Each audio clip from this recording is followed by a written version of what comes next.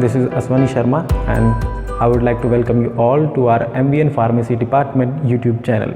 तो आज का जो टॉपिक है वो होने वाला है आपका किडनी स्टोन्स के ऊपर। तो किडनी स्टोन्स पे जाने से पहले एक ना लोगों में बहुत सारी बातें होती हैं कि लोग आपस में बातें करते हैं, कहते हैं कि क्या ये बियर जो होती है क्या ये किडनी स्टोन को ठीक कर सकती है, ऐसा इसमें क्या होता है भाई। तो ये जो मुद्दा है कि किडनी स्टोन जो होते हैं उनको बियर पीने से या अल्कोहल कंज्यूम करने से उसको ठीक किया जा सकता है, क्या ये सही है या क्या ये गलत है। तो उसको जानने के लिए हमें पहले थोड़े से बेसिक्स पे आना पड़ेगा कि किडनी स्टोन होते क्या हैं और कैसे इनकी प्रिपरेशन होती है, मतलब हमारी बॉडी में किस तरीके से ये सिंथेसाइज होते हैं और नॉर्मल फंक्शनिंग में कैसे ये रुकावट डालते हैं, और किडनी स्टोन का जो पेन है वो कैसे जनरेट होता है। तो आज हम बात करेंगे किडनी स्टोन्स के बारे में। तो सबसे पहले अगर मेडिकल टर्मिनोलॉजीज़ की बात की जाए तो किडनी स्टोन के लिए हम यूज़ करते हैं यूरेलिथियासिस या फिर आपका नेफ्रोलिथियासिस। तो इनका मतलब क्या है, ये आपके किडनी स्टोन से ही रिलेट करते हैं। और जो हमारे स्टोन्स होते हैं, स्टोन्स को अगर मेडिकल टर्मिनोलॉजी की बात की जाए तो उसको कैलकुलाई बोला जाता है।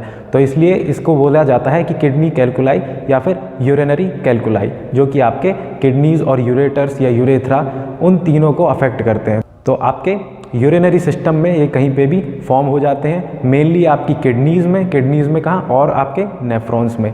तो नेफ्रॉन्स में जो स्पेसिफिकली होते हैं, जो स्टोन्स बनते हैं, उनको बोलते हैं हम कि नेफ्रोलिथियासिस। और इनके अलावा एक और जगह है जहाँ पे ये बनते हैं, जैसे कि आपका गॉल ब्लैडर हो गया। तो गॉल ब्लैडर में अगर स्टोन्स फॉर्म होते हैं तो उसको बोला जाता है कोलेलिथियासिस। ठीक है, तो अब बात करते हैं कि किस तरीके से इनकी फॉर्मेशन होती है। ये सारी चीज़ें जानने से पहले हमें बेसिक्स पे आना पड़ेगा कि नॉर्मली ये जो फंक्शन होता है वो किस तरीके से होता है। देखिए, किडनीज़ जो होती हैं, किडनीज़ का काम क्या है, वो फिल्टर करते हैं ब्लड को। बाकी जो एक्सक्रीटरी प्रोडक्ट्स होते हैं या आपके मेटाबोलाइट्स होते हैं उनको बाहर बॉडी के निकालना है। तो वो कैसे होंगे, एक्सक्रीशन प्रोसेस के थ्रू, जो कि किडनी फिल्ट्रेशन का काम करती है और उन सब चीज़ों को हमारी बॉडी से एक्सक्रीट आउट करा देती है। तो वो बेसिकली जो हमारी किडनीज़ है, किडनीज़ के अंदर स्मॉलेस्ट यूनिट होती है जो कि होती है आपकी नेफ्रॉन्स। तो किडनीज़ हैं, नेफ्रॉन्स क्या करते हैं, फिल्टर करते हैं, वो यूरेटर के थ्रू होते हुए यूरेथ्रा तक पहुंचते हैं और एक्सक्रीट आउट हो जाते हैं। तो ये जो हमारा सिस्टम है, इन्हीं में कहीं ना कहीं कुछ ऐसी साइट्स होती हैं जहाँ पे जब क्रिस्टल्स फॉर्म हो जाते हैं तो वो एक्युमुलेट होने लगते हैं, एग्रीगेट होने लगते हैं। तो वो जो साइट्स होती हैं जहाँ पे हमारे क्रिस्टल्स मर्ज होते हैं, वो 3 स्पेसिफिक साइट्स होती हैं जो कि हमारे यूरेट्रिक कॉन्ट्रैक्शंस पे बेस होती है। जो हमारी साइट्स हैं उनमें बहुत ज़्यादा यूरेट्रिक कॉन्ट्रैक्शंस होती हैं, जिसकी वजह से वो वहाँ पे डिपॉजिट होने लगते हैं। तो डिपॉजिट होंगे, वो धीरे धीरे एक दूसरे से मर्ज भी होंगे, जिससे कि उनका साइज़ बढ़ता रहेगा। तो साइज़ बढ़ेगा तो वो कहीं ना कहीं ऑब्स्ट्रक्शन का काम करेंगे, वहाँ पे रुकावट लाएंगी। तो जिसकी वजह से यूरिन फॉर्मेशन में प्रॉब्लम हो सकती है, किडनी फेलियर भी हो सकता है, या फिर आपके यूरेटर्स में अगर रुक गए तो हमारी एक पेरिस्टालसिस मूवमेंट जो आपने सुना है कि किसी भी चीज़ को आगे की तरफ पुश करना होता है। तो ऐसे ही यूरेटर्स से भी जो हमारा यूरिन फॉर्मेशन होने के बाद वो हमारे यूरिन को आगे यूरेथ्रा तक पुश करते हैं, तो एक मूवमेंट चलती है। तो ऐसे ही आपकी जो स्टोन्स होते हैं, तो स्टोन्स अगर वहाँ पे एक्युमुलेट हो गए, वहाँ पे फंस गए, तो जब वो जो स्टालसिस मूवमेंट है वो हाइपर हो जाती है, बहुत ज़्यादा विग्रस हो जाएगी, क्योंकि उसको उस स्टोन को आगे पुश कराना है, क्योंकि रुकावट है। तो जब वो काम होता है, जब पेरिस्टालसिस मूवमेंट बहुत ज़्यादा बढ़ जाती है, उसको बोलते हैं हाइपर पेरिस्टालसिस। तो उस केस में जब वो फ्रिक्शन बनता है और जो आगे की तरफ पुश किया जाता है, तो उस केस में क्या होता है, बहुत ज़्यादा पेन होता है। तो वही आपका स्टोन पेन होता है। तो स्टोन जो होता है उसकी फॉर्मेशन कैसे हो रही है, तो सबसे पहला हो गया कैल्शियम ऑक्सलेट। मेजरली यही लोगों में मिलता है, जो कि 75% जो आपकी पॉपुलेशन है उसमें कैल्शियम ऑक्सलेट के क्रिस्टल्स ही फॉर्म होते हैं। सेकंड हो गया आपका कैल्शियम फॉस्फेट। थर्ड हो गया आपका स्टेरॉइड, जो कि आपके यूटीआई, जो क्रोनिक यूरिनरी ट्रैक्ट इन्फेक्शन होता है, उनके केसेस में ये स्टेरॉइड स्टोन्स फॉर्मेशन होती है।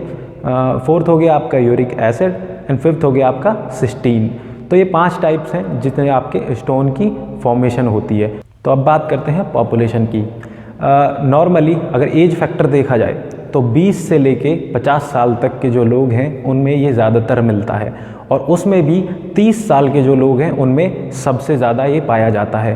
तो 30 साल के लोगों में बहुत ज़्यादा चांसेस होते हैं कि उनको स्टोन की प्रॉब्लम हो सकती है। उसके अलावा जैसे कि लोग हॉट क्लाइमेट्स में ज़्यादा रहते हैं, उन लोगों में भी इसके चांसेस ज़्यादा होते हैं। इसके अलावा जैसे जो लोग समुद्र तट के किनारे रहते हैं या समुद्र के आसपास एरिया में, या फिर जहाँ पे ह्यूमिडिटी ज़्यादा हो समुद्र वाली, क्योंकि समुद्र में क्या है आपके जो मिनरल्स होते हैं ना, जो आपके कैल्शियम, फॉस्फेट, तो ये सारी चीज़ें बहुत ज़्यादा अमाउंट में होती हैं, जिसकी वजह से उन एरियाज़ में भी, या फिर जो लोग सी फूड ज़्यादा यूटिलाइज़ करते हैं, ज़्यादा खाते हैं, तो उन लोगों में भी इसका एक्सपोज़र ज़्यादा रहता है। और अगर बात करें मेल और फीमेल के केस में, तो मेल्स में ये फीमेल्स के कंपैरिजन में बहुत ज़्यादा मिलते हैं केसेस, और 100 में से 8 से 10 लोगों में तो स्टोन्स की प्रॉब्लम मिलती ही मिलती है। अब बात करते हैं इसके सिम्टम्स के बारे में। एक्चुअली क्या है कि जो पेन है आपका, एब्डोमिनल पेन जो होता है, वो बहुत सारे रीजंस की वजह से हो सकता है, लेकिन अगर आपको स्पेसिफिकली कुछ और इसके सिम्टम्स पता हो तो आपको आइडिया लग सकता है कि क्या मुझे किडनी स्टोन्स हैं या नहीं है। जैसे कि आपको फीवर होना, वॉमिटिंग या नोज़िया ऐसी फीलिंग आना, या फिर मोशन सिकनेस कभी कभार, या फिर आपको हिमेटोयूरिया। एक्चुअली हिमेटोयूरिया क्या होता है, उसमें आपके यूरिन में कुछ ट्रेसेस मिल सकते हैं आपके ब्लड के, या फिर आपको फ्लैंक पेन हो सकता है। जो भी आपका पेन होता है वो इतना ज़्यादा माना जाता है कि जैसे लेबर पेन होता है। कभी प्रेग्नेंट लेडी की अगर डिलीवरी होती है तो जितना पेन वो फील करती है ना, उतना ही एक स्टोन के पेशेंट को जो पेन होता है वो बराबर माना जाता है। तो फ्लैंक पेन होता है जो कि रेडिएट कर सकता है आपके पूरी बैक में या आपके थाइस तक या पेल्विक में। अगर इसको डायग्नोस करना हो तो उसके लिए ब्लड का भी टेस्ट किया जा सकता है, जिसमें आपके CRP और MCP, जिसमें आपके मैग्नीशियम, कैल्शियम और फॉस्फेट, इन सब चीज़ों को टेस्ट किया जा सकता है। उसके अलावा अगर यूरिन एनालिसिस करना हो तो उसमें आपके सिस्टीन हो गया, कैल्शियम हो गए, ऑक्जेलेट्स हो गए, यूरिक एसिड हो गया, तो उनकी टेस्टिंग की जाती है। इसके अलावा इसको प्रॉपर डायग्नोस कराने के लिए हम अल्ट्रासाउंड भी कर सकते हैं। तो अल्ट्रासाउंड से उसकी लोकेशन क्या है, कितने साइज़ का है, वो सारी चीज़ों का पता लगाया जा सकता है। और इसमें क्या है कि जो आपको हाइड्रोनेफ्रोसिस होने लगता है, अगर कोई बड़ा स्टोन है आपके यूरेटर में फंस गया है तो क्या होगा, वो आपके यूरिन को ना नीचे नहीं आने देगा, तो वो क्या है, यूरिन आपका बैकफ्लो होने लगता है, तो उस कंडीशन को बोलते हैं हाइड्रोनेफ्रोसिस। तो उनका भी ये पता लगा सकता है। इसके अलावा CT स्कैन भी हो सकता है या एक्सरे भी हो सकता है, जिसके थ्रू आपको स्टोन के बारे में पता चल सकता है। अब बात करते हैं कि इसके क्या क्या रिस्क फैक्टर्स हो सकते हैं। रिस्क फैक्टर्स की अगर बात करें तो इसमें क्या क्या चीज़ें आ जाती हैं जो हम नॉर्मली हमारे जो रूटीन में डाइट्स होती हैं, जैसे कि हाई प्रोटीन की डाइट हो गई या फिर हाई सॉल्ट इनटेक होता है, तो इन सब की वजह से क्या है, मिनरल्स जो हमारी किडनी में बहुत ज़्यादा सैचुरेशन पॉइंट पे आने लगते हैं, जिसकी वजह से स्टोन फॉर्मेशन हो सकता है। इसके अलावा ओबेसिटी, हाइपरटेंशन, डायबिटीज़, तो ऐसे और भी सारी चीज़ें हैं जो आपको रिस्क पे डालती हैं कि आपको स्टोन हो सकता है। इसके अलावा कुछ मेडिकेशंस होती हैं जो आपके स्टोन फॉर्मेशन को प्रमोट कर सकती हैं, जैसे कि आपके एंटासिड्स हो गए, कार्बोनिक एनहाइड्रेस इनहिबिटर्स हो गए, या फिर सोडियम कैल्शियम रिटेनिंग जो ड्रग्स होती हैं जो आपके डायबिटिक्स में यूज़ होती हैं, वो ड्रग्स हो गई। तो ये सारी चीज़ें क्या हैं, रिस्क फैक्टर्स हैं जो आपके स्टोन फॉर्मेशन को प्रमोट कर सकते हैं। तो इसलिए हमें कुछ चीज़ों को ना अवॉइड करना चाहिए। जो भी हमारे पेशेंट होते हैं तो उनको कुछ चीज़ें अवॉइड कराने को बोला जाता है। जितने भी आपके सीड्स वाली सब्जियां हो गई या फ्रूट्स हो गए तो उनको अवॉइड करना चाहिए, जैसे कि ब्रिंजल हो गया, लेडी फिंगर हो गई, टमाटो हो गया और आपका स्पेनिच हो गया। तो एक्चुअली इन सबको मना क्यों किया जाता है, क्योंकि इनमें ना ऑक्जेलेट्स की बहुत ज़्यादा मात्रा होती है। तो ऑक्जेलेट्स हैं तो क्या करेंगे, तो बेसिकली जो आपके स्टोन फॉर्मेशन हो रही है वो क्रिस्टल ऑक्जेलेट्स से ही हो रही है, जो कैल्शियम ऑक्जेलेट्स होते हैं तो और यूरिक एसिड्स होते हैं। तो हमें ऐसी डाइट को अवॉइड करना है जिनमें ये सारी चीज़ें प्रेजेंट हो। डॉक्टर्स में एक सबसे मेन पॉइंट है कि अगर किसी को फैमिली हिस्ट्री है, किसी को क्रिस्टल यूरिया है, तो उसकी कुछ आगे आने वाली जनरेशन्स को भी उससे अफेक्ट होना पड़ सकता है।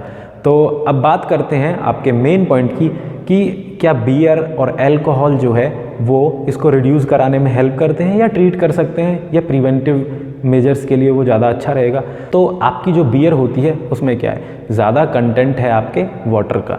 तो जब किसी को किडनी स्टोन होता है तो उस केस में उसको बोला जाता है कि आपको वाटर कंज्यूम ज़्यादा करना है। अगर कोई बंदा डेली 2 लीटर यूरिन को आउट कर रहा है तो उसको कभी किडनी स्टोन नहीं हो सकते, क्योंकि जो सैचुरेशन पॉइंट है आपकी किडनीज़ है उनमें कब आता है, जब उसमें लिक्विड की कमी होने लगती है, वाटर की कमी होने लगेगी। तो वाटर कम रहेगा तो वो सॉल्यूट्स आपस में एक दूसरे से कोलॉइड करेंगे, टकराएंगे, हो सकता है मर्ज हो जाएं और जिससे कि वो क्रिस्टल फॉर्म कर सकते हैं।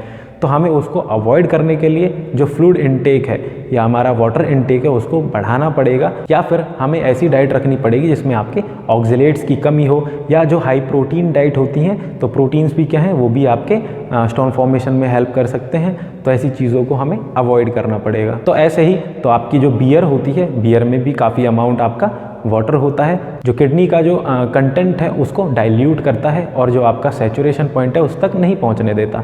अगर अल्कोहल को हम मॉडरेटली यूज़ करें, मतलब मॉडरेटली अगर उसको कंज्यूम करें लोग, तो हो सकता है उसको किडनी स्टोन होने के चांसेस बहुत ज़्यादा कम हो जाएं।